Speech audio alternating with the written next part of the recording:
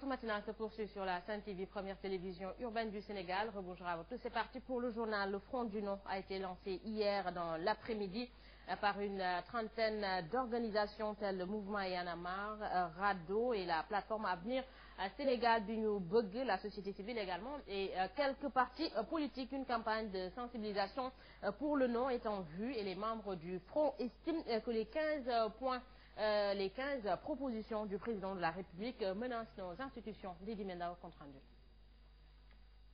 La suppression du second tour est prévue dans les 15 points proposés par le président de la République dans son projet de réforme constitutionnelle. Le Front du Non, dénommé Nyani Bagna, dénonce et tire la sonnette d'alarme. Si le oui l'emporte, le mandat en cours ne sera pas comptabilisé. À partir de 2019, on considérera qu'il commencera un mandat de 5 ans qui ira jusqu'à 2025 et il aura la possibilité jusqu'en 2024 et il aura la possibilité au-delà en 2024 de prétendre à un troisième mandat. C'est ce qu'on a vécu avec Abdoulaye Wade. Pour la société civile, la République est en danger et il urge d'agir en votant un non massif et décisif lors du prochain référendum fixé ce 20 mars. Nous ne sommes pas pour le statu quo constitutionnel. Nous rejetons sa constitution-là parce que ce n'est pas la nôtre. On ne peut pas retirer son mandat de la Constitution, ce qui fait qu'il n'y a plus d'enjeu. Si l'élection n'aura lieu qu'en 2019, pourquoi enfermer notre peuple dans moins d'1 mois pour discuter une Constitution avec 15 points? C'est un manque de respect. Tous les moyens possibles seront mis en place pour éclairer le choix des Sénégalais. Rencontrer également les chefs coutumiers et religieux. Et vous savez que déjà même il y a eu certains qu'on a commencé à rencontrer et qui sont en phase avec nous, qui savent que ce qui est le plus aujourd'hui abject dans, par exemple, notre histoire et notre culture, c'est le fait de ne pas pouvoir tenir son engagement. Un tube dénommé Nyani Bagna a été lancé par le Front du même nom, une chanson pour appeler les populations à rejeter les 15 propositions faites par le président de la République. Lady Medao, Alpha, la discrimination s'indigne le Front du Non qui dénonce l'attitude de la RTS, la chaîne publique qui fait du favoritisme à l'endroit du pouvoir pour les déclarations sur le prochain référendum. Et le Front interpelle le CNRA, mais aussi le ministre de l'Intérieur pour que les Sénégalais de la diaspora puissent être au rendez-vous. Ici, les propos de Chersidane Djei avec notre reporter. Nous voyons tous les jours, de manière récurrente, à la RTS qui est un média public, des temps d'antenne donnés à différentes franges de la coalition au pouvoir pour faire la promotion du oui partout dans le pays. C'est une attitude que nous fustigeons de deux choses l'une. Si la campagne est ouverte et qu'elle est clairement ouverte, qu'on donne du temps d'antenne à l'ensemble des acteurs sénégalais qui battent campagne pour le oui ou pour le non. Et si elle n'est pas ouverte, qu'on le dise clairement, mais qu'on ne donne pas le temps d'antenne à une certaine frange seulement. Nous souhaitons que la CNRA apporte des réponses très claires là-dessus pour que nous sachions quels sont les droits et les obligations des partis, de différentes parties. L'autre interpellation, c'est en direction du ministère de l'Intérieur. Si les Sénégalais de l'extérieur sont appelés, comme nous le souhaitons et nous le pensons, à donner leur contribution à ce référendum et à voter, nous l'espérons non, parce que c'est ce qu'ils doivent faire, qu'on nous dise clairement quelles sont les dispositions qui sont prises à date pour permettre un vote au niveau de la diaspora. À l'issue de son comité directeur, le Parti démocratique sénégalais a pris la décision de voter non au référendum. Les libéraux appellent leurs militants et les Sénégalais à sanctionner le président Sall. Les libéraux invitent également les citoyens à protéger leur vote pour éviter toute fraude. Maître Elhaj Amadou Sall ici avec Fatla Medjo. Le comité directeur engage le Parti démocratique sénégalais pour la mise en œuvre d'un large front du non, afin de sanctionner un président de la République qui a trahi ses mandats en revenant sur ses engagements et en reniant sa parole.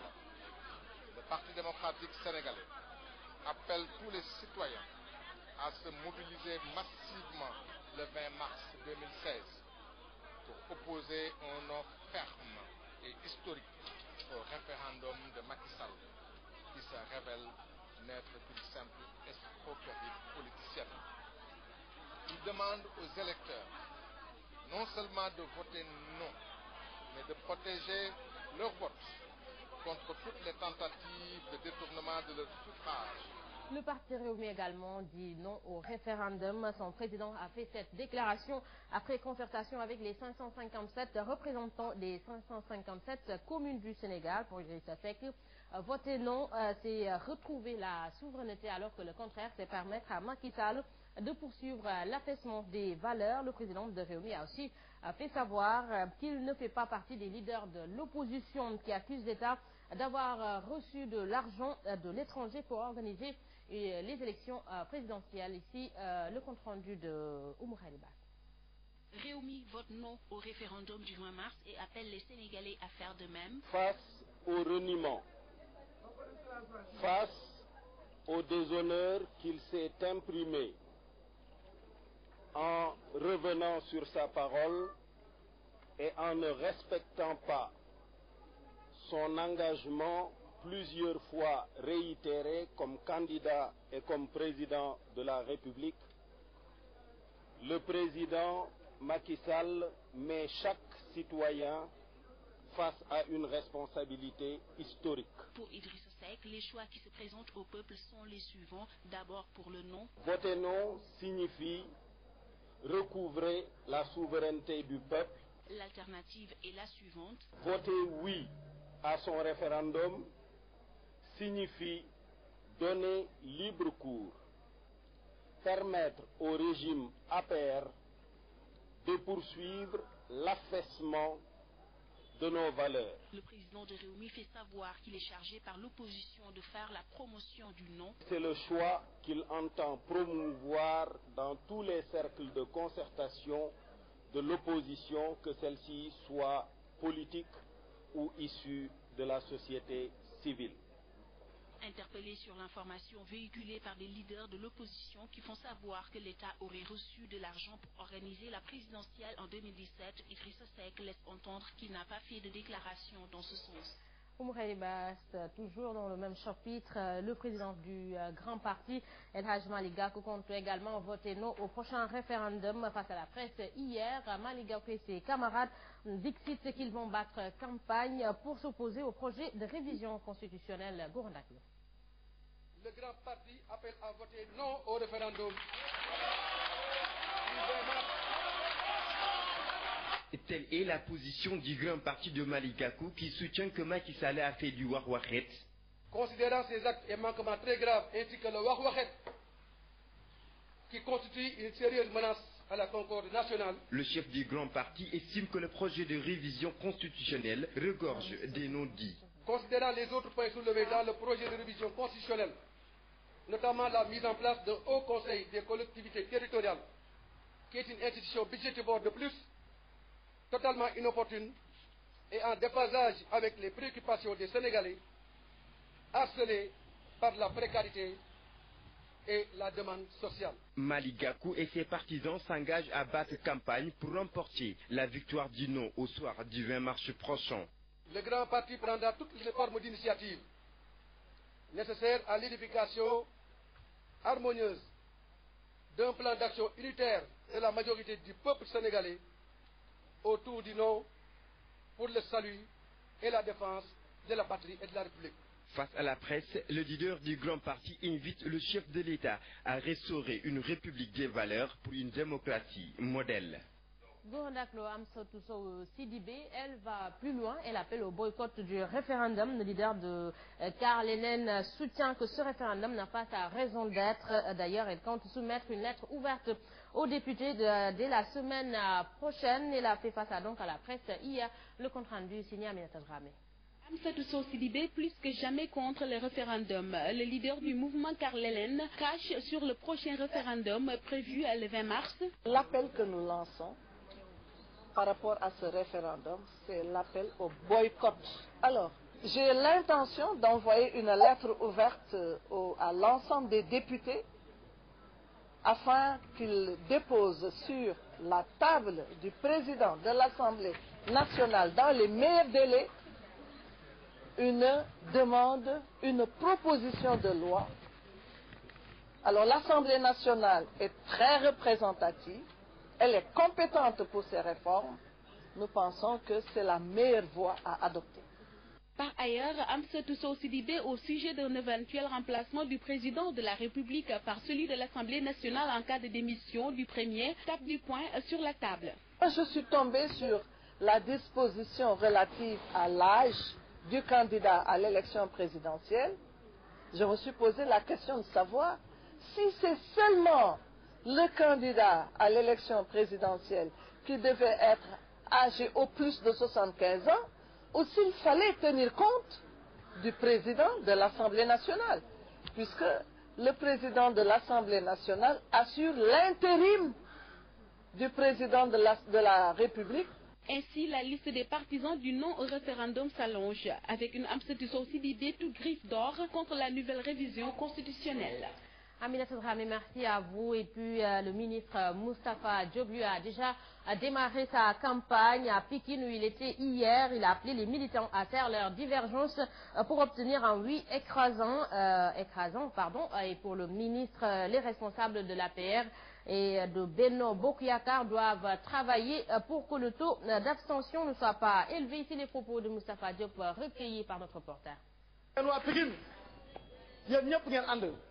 Militants de Pékin, soyez unis, travaillez la main dans la main pour battre campagne pour obtenir un oui massif le 20 mars prochain, car le référendum est très important. Parce que nous savons au Sénégal que le oui va l'emporter massivement. C'est vrai que le oui va l'emporter, mais il faut qu'on fasse tout pour que le taux d'abstention ne soit pas élevé. Car s'il est élevé, l'opposition va en faire une arme pour dénigrer le président Macky Sall. Donc il ne faut pas qu'on scie la branche sur laquelle nous sommes assis. Faites des porte-à-porte, des visites de proximité pour expliquer les populations les enjeux du référendum. Farce pour les uns et trahison pour les autres. Ils sont nombreux dans la commune de Sédhiou à rejeter le projet de réforme constitutionnelle proposé par le régime en place. Il semble attendre de l'État la concrétisation des promesses faites vis-à-vis du peuple que l'organisation d'un référendum. Correspondance à Sédhiou Ibrahima Diallo. Et si le président Macky Sall nous propose cette avancée en matière de démocratie, moi je suis tout à fait d'accord pour ce référendum pour que le oui puisse remporter. Dans la commune de Sédhiou, ils sont nombreux à ne pas être de cet avis du fait de la méconnaissance des autres points de ce projet de réforme constitutionnelle. Moi, pour le référendum, je ne sais pas si je vote oui ou non. Parce qu'il faut que les gens puissent expliquer les 15 points dedans quoi. Bon, vraiment, je ne sais pas. Pour d'autres encore, ce référendum est une farce en plus d'être une trahison. C'est le cas d'Idrissa Ndiaye du cadre de concertation des jeunes de Sédhiou. Je pense que ce référendum n'a pas de sens. Parce que l'ensemble des préoccupations des populations du Sénégal ne sont pas jusque-là prises en compte. Nos hommes politiques sont en train de nous trahir.